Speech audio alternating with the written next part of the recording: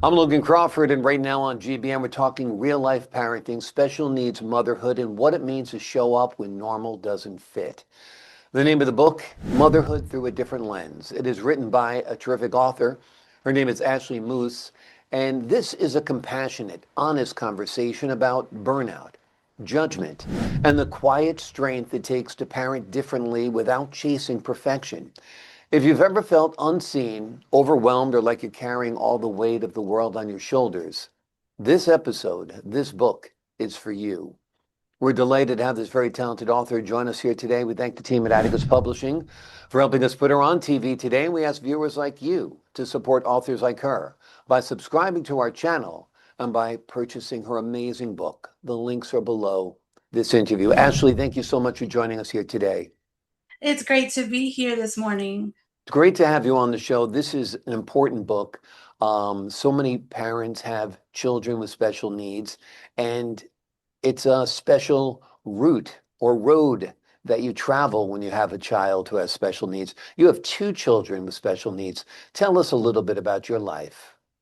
All right, so I actually have three children. Hmm. Two of them are autistic, and one of them is severely ADHD and anxiety. Yeah, And a normal day in my household is chaotic.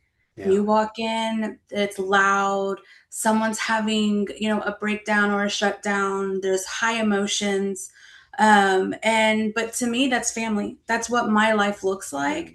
And before I started understanding my children and their needs, I just thought I was failing as a parent. I was like, oh my gosh, I don't invite people over because my children are out of control. Yeah. Learning about them, I've learned that my children aren't out of control. They just view things differently, they Mhm. feel things differently. And in the aspect of them acting like they do in my own home means I've given them a safe space to actually be able to let go of that control that they're holding on to look normal. Yeah. So it's something that I'm proud of, Yeah. but that just means my household is chaotic. Exactly, exactly. And it's a lot of stress on you and your relationship at times as well, I'd imagine, if there's chaos going on, right? Yes. So me and my husband, sometimes he'll get overwhelmed or stressed out, and I have to come in and say, everyone take deep breaths. And then there's times that I'm overwhelmed and stressed out, and he has to come in and say, okay, let's take deep breaths. And we really work well together. And we talk to our children. We Hmm. don't yell at them. We don't get on to them. We don't definitely don't use physical, violence towards them at all. But we talk to them like they're almost like they're adults. Hmm. We don't talk down at them, we talk to them. And we just give them a way to explain how they're feeling, and we work through that so they can have a better understanding of how they are feeling and be able to kind of just work on that on their own. So it gives them great learning for when they're out on their own, when they're older. Absolutely. It's giving them good skills to learn how to resolve conflicts too when they see Mhm. mom and dad modeling in an appropriate way. How old are your children? My oldest is 15, Hmm. my middle child is 13, and my youngest is 7.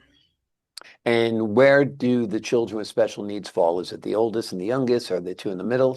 Tell us. The oldest and the youngest. Yeah. They're the ones that have autism. Okay. And do they need to go to special classes or special schools? Tell us what like education is like for them. So all three of my children go to this wonderful school called Foundations Christian Academy. It's here Mhm. located in Seabrook, Texas. I found this school probably about 4 years ago, and they are specialty for neurodivergent children. So their Mm. classes are smaller. They have more teacher aides in the classroom. They also do speech therapy. They do occupational therapy. They do sensory therapy. The change in my children in the past 4 years has been phenomenal. Yeah. They're understanding how they're feeling, and in this, I'm also learning how to express my own feelings when I'm getting overwhelmed. So it's a learning lesson altogether. Yeah. But the school has been amazing, absolutely amazing. They work with you, they communicate with you, and they just absolutely love the children that come there. And Wonderful. they don't treat them any differently. They just treat them like children. Yeah. How's it for your child in the middle who doesn't have special needs?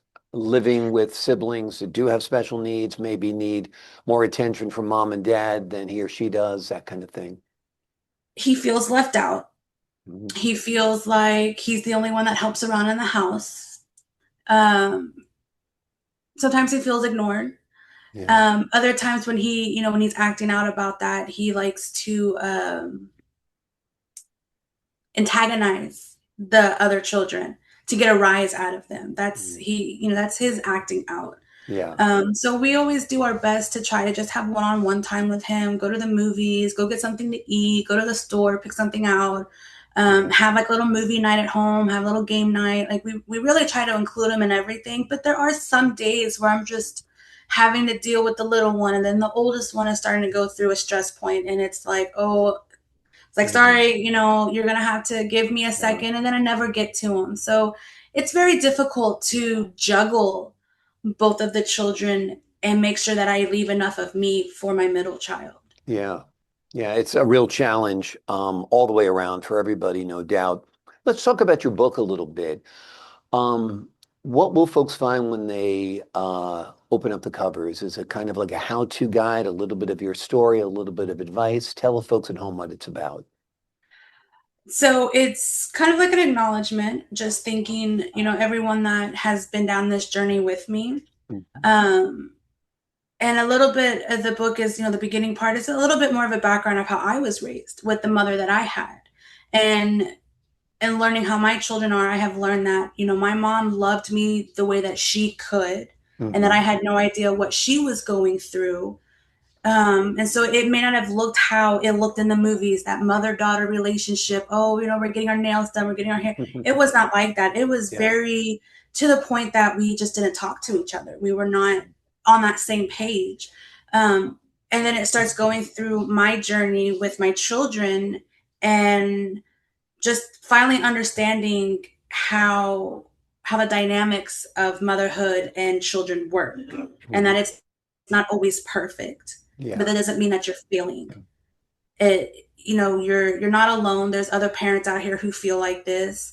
um, it's okay to ask for help, and just because you're having a bad day does not mean that you're failing your children. Yeah. It's all about presence and not about being perfect.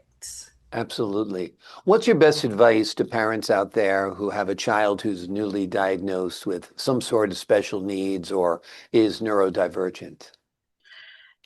To just make sure the doctor is willing to work with you and listens to you. You need someone who's going to listen, because you're with your children 24/7, as where the doctor only sees them 30 minutes every 3 to 4 months. And Hmm. then advocate for your children. The public school system, they will do the bare minimum when it comes to finding special classes for them. They'll do the bare minimum of tests. You, as a parent, have that right to request a deeper evaluation, to request your child be put into special care. You just have to speak up and advocate for your children, Yeah. because you are their soldier in this army that they're fighting right now, and so you got to support them and Yeah. let them know that you're supporting them.